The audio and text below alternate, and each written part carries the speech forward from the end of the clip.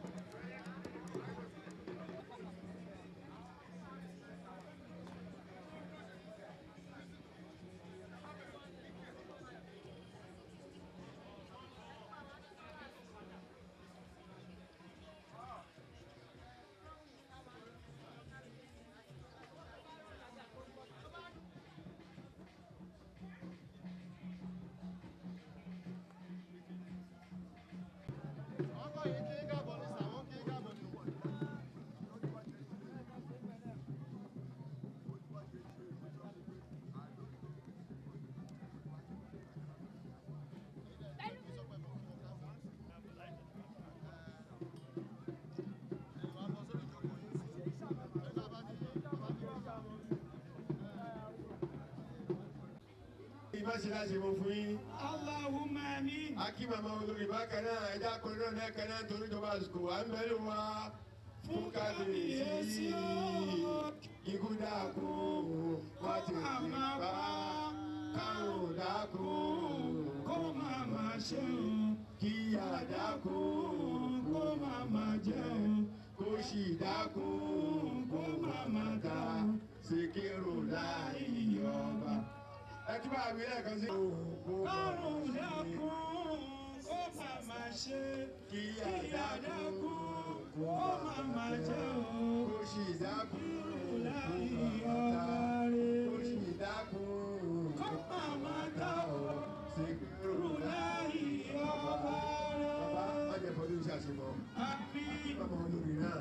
Bàbá kó bẹ́ẹ̀ akí gbogbo ẹ̀ kábíyèsí. Bàbá kábíyèsí má fi ọdún iṣẹ́ àṣemọ́ fẹ́yìn náà. Bàbá tó wáyé kó ní dání tó tó lè kọ́ ọdún máa tó. Yàdá fàyín sàlám.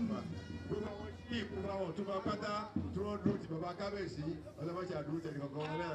Akí àdìbò adárúkọlẹ̀ ọ̀kan ẹ̀yin sọ̀mọ̀rí kúmbì tí wọ́n bá tó pé kalẹ̀ fún wa àpàdà tí wọ́n lè máa dùn tọ́ṣe láéláé. Bí wọ́n jò jábọ̀ lọ́wọ́ yín mo kí gbogbo alágbàgbọ́ pé sálámà alékún wa rahmatullahi ta'ala wa barakatuh sọ́dọ̀ àdàbẹ̀ kẹrin. Who's in charge? Who's in charge?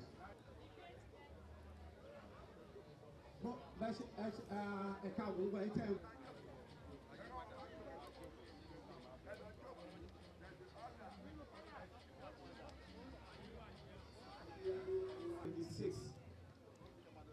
àkú ọdún àkú ìyè ọdọọdún làwọn máa péjọ ọdọọdún làwọn máa ṣe ayẹyẹ àdìpẹ̀jẹ̀ akíwọ́ àwọn kábíyèsí wa àfi lábọ́jú wa àfi kí àwọn kábíyèsí wa tó wà lórí ìkàlẹ̀ títí máa mọ àwọn tí ṣe open prayer fún wa gbogbo àwọn rẹ́gbẹ́rẹ́gbẹ́ tí wọ́n ti wà ń bí gbogbo àwọn a máa kí kábíyèsí nígbà mọ́ ààrẹ tó ń solóko torí àsìkò ti lọ ètò yìí a máa ṣe pápápá ni.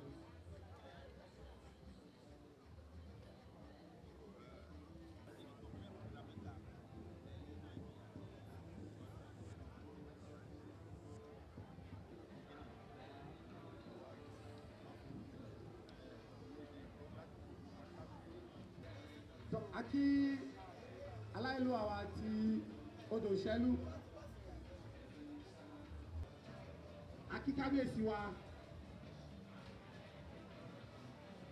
ti igbó oyè akí igbó.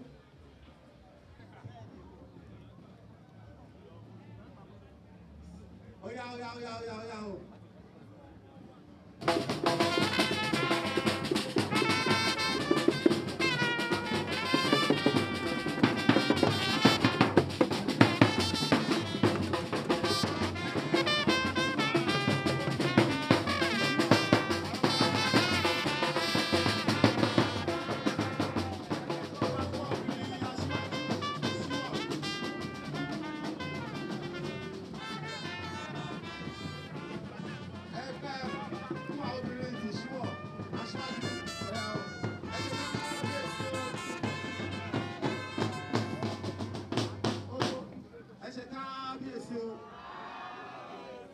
Kábíyèsí o aláyélúwà kábíyèsí kí ọba kí ẹ káàbọ̀ sí ojúde ọba 2026 ojúde ọba ti Lábọ́dé tìlú Ìṣíwọ̀. Aláyélúwà ẹni kọ́ aláyélúwà aláyélúwà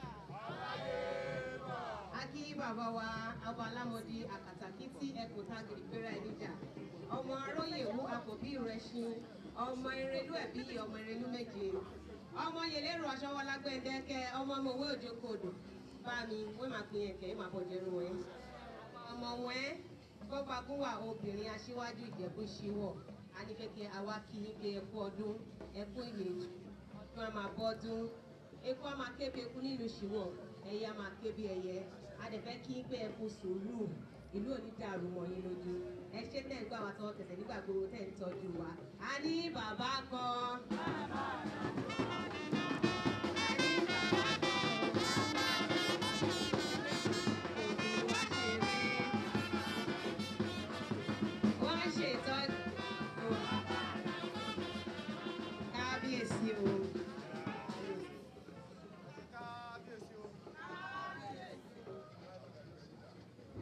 àgbàlagbà. I'm happy to do my Yoruba is terrible, but I will get tried. My father and my king, Kabesi. I don't have much to say, but I used to that. For the development of Ishiwo, we as a group were here to bring progress to Ishiwo, to support you as a community yourself, to do as your king, as our king, as our Kabesi, to respect the laws of the land, and to make sure that whatever we do is to impact the community in Ishiwo. And by the grace of God, and by all traditions in Ishiwo, whether it's Muslim, Christian, or normal type or traditional, we are here to respect all people. Hallelujah. Thank you. Bọ́ba sọ̀rọ̀ Ishiwo, ọmọ passport ọmọ Adéoyè, àti àwọn ọmọ ẹgbẹ́ ẹ̀kọ́ ọdẹ ẹ̀kú ìyè àti ìṣàmọ́jú. Èmi ò ní ṣàjùmọ̀ fún yín. Mo fi di láti ẹ̀. Gọ́ọ̀mẹ̀ntì táwa ní ìlú Ishiwo ni pé gbogbo àwọn tó ti pọ́lìtì lọ́dọ̀ wa èdè gbogbo ọdún sí níbi kábí wọ́ọ̀lù.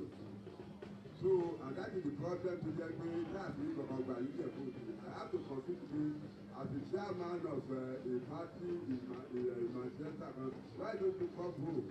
Oh, you go for a Boba Soya. That's why you let me. If you are one there, we have to move forward. So that you get me. Oh no, I don't want to look back to you. But come on, it's one of them. Although I didn't swear to you. As we do our boy, what we need to do in the Buddha, you can give for it, I am not give for it. Gbogbo ẹ̀tọ́ wa nothing so change that because our mẹ́sàn-án jẹ́ bóde méjì ní Ishiwo ìkọ́níṣọ́ ìkọ́níṣọ́ àmàpàkó lẹ́fẹ̀ àdẹ́fẹ̀ ọ̀dọ́ àfúnwá sí i. Gbogbo ẹ̀yin ọmọ mi ẹ̀kọ́ ẹ̀kú yìí mo láì gbẹ̀yìn bí aṣáájú sí i. Because you are the first to work by ẹ̀rùkọ́ nígbà ẹ̀jẹ̀ sí ẹ̀jẹ̀ náà sí ní wáyé iwájú ọ̀dẹ̀ màmá lọ ẹ̀ẹ́dì rẹ̀ ẹ̀ṣọ́ tó yìí ẹ̀ máa sọ ní tó bọ̀ ìlẹ̀ wá kí lọ́dún yóò bẹ̀rẹ̀ lọ́dún tó bọ̀ ìgbà tẹ́lẹ̀ máa wá lọ́dún tó bọ̀ tó máa da fún ìgbà ìrọ̀ ẹgbẹ́ lọ́dẹ̀ máa gùn àìsà mo ní ìṣẹ̀lẹ̀ tó kọ̀ tó ní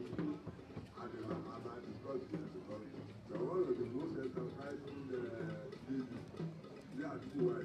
And I like the encourage people because that I was not seeing just that you cannot move forward. So you are shadowing something like this of God, you will see as well. So those words is just too small, just hold down, hold my food. So I got them in there, this time was doing thank you very much.